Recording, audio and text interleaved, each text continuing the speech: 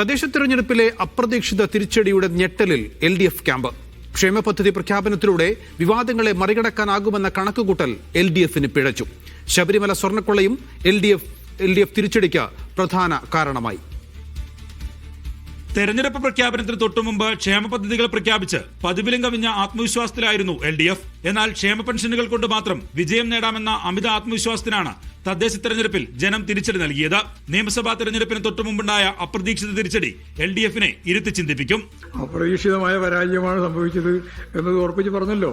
എന്തെല്ലാം അപകടങ്ങളുണ്ടോ അതൊക്കെ പരിശോധിച്ച് ആവശ്യമായ നിലപാട് സ്വീകരിച്ചുകൊണ്ട് പാർട്ടി മുമ്പോട്ടേക്ക് പോകും. ഏതെങ്കിലും ഒരു പ്രാവശ്യം തോറ്റാൽ എല്ലാം തോറ്റു എന്നോ ഒരു പ്രാവശ്യം ജയിച്ചാൽ എല്ലാം ജയിച്ചു എന്നോ കണക്കാക്കേണ്ടതില്ല എന്നുള്ളതൊരു സാമാന്യ നിയമമല്ലേ. ഇതിന്റെ എല്ലാ അനുഭവത്തിന്റെ വെളിച്ചത്തിൽ ആവശ്യമായ തിരുത്തൽ വരുത്തി ഇടതുപക്ഷ ജനാധിപത്യ മുന്നണി അടുത്ത അസംബ്ലി തെരഞ്ഞെടുപ്പിൽ വളരെ ഫലപ്രദമായ രീതിയിൽ മുന്നോട്ടേക്ക് പോവുക തന്നെ ചെയ്യും.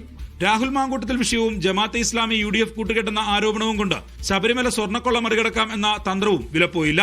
സ്വർണ്ണക്കൊള്ളയിലെ പത്മകുമാറിന്റെയും N വാസുവിന്റെയും പങ്ക് തിരിച്ചടിയിലെ പ്രധാന ഘടകമായി. രാഹുലിനെ പാർട്ടിയിൽ നിന്ന് പുറത്താക്കി CPM തങ്ങളുടെ MLA-മാർക്കെതിരെ എന്ത് നടപടിയെടുത്തു എന്ന കോൺഗ്രസിന്റെ ചോദ്യത്തിന് കൃത്യമായ മറുപടി നൽകാൻ CPM-നായില്ല. അവസാന ദിവസങ്ങളിൽ മുഖ്യമന്ത്രി നേരിട്ടിറങ്ങി നടത്തിയ പ്രചാരണങ്ങളും ജനങ്ങൾ പൂർണ്ണമായും വിശ്വാസത്തിലെടുത്തില്ല. ഭരണ തുടർച്ചയിൽ ഉണ്ടാകാനിടയുള്ള വിരുദ്ധ വികാരവും LDF കണ്ടില്ല. ഇതെല്ലാമാണ് LDFന് തെരഞ്ഞെടുപ്പിൽ കനത്ത ആഘാതമുണ്ടാക്കിയത്. പാർലമെന്റ് തെരഞ്ഞെടുപ്പിലെ കനത്ത തോൽവിക്ക് പിന്നാലെയാണ് പ്രാദേശിക വികാരങ്ങൾ കൃത്യമായി പ്രതിഫലിക്കുന്ന തദ്ദേശ തെരഞ്ഞെടുപ്പിലെ തിരിച്ചടി. നിയമസഭാ തെരഞ്ഞെടുപ്പിലേക്ക് കടക്കുമ്പോൾ എന്ത് തന്ത്രം കൊണ്ട് തിരിച്ചടികളെ മറികടക്കാമെന്ന് LDF ആഴത്തിൽ ചിന്തിക്കേണ്ടി വരും. മീഡിയ 1 തിരുവനന്തപുരം.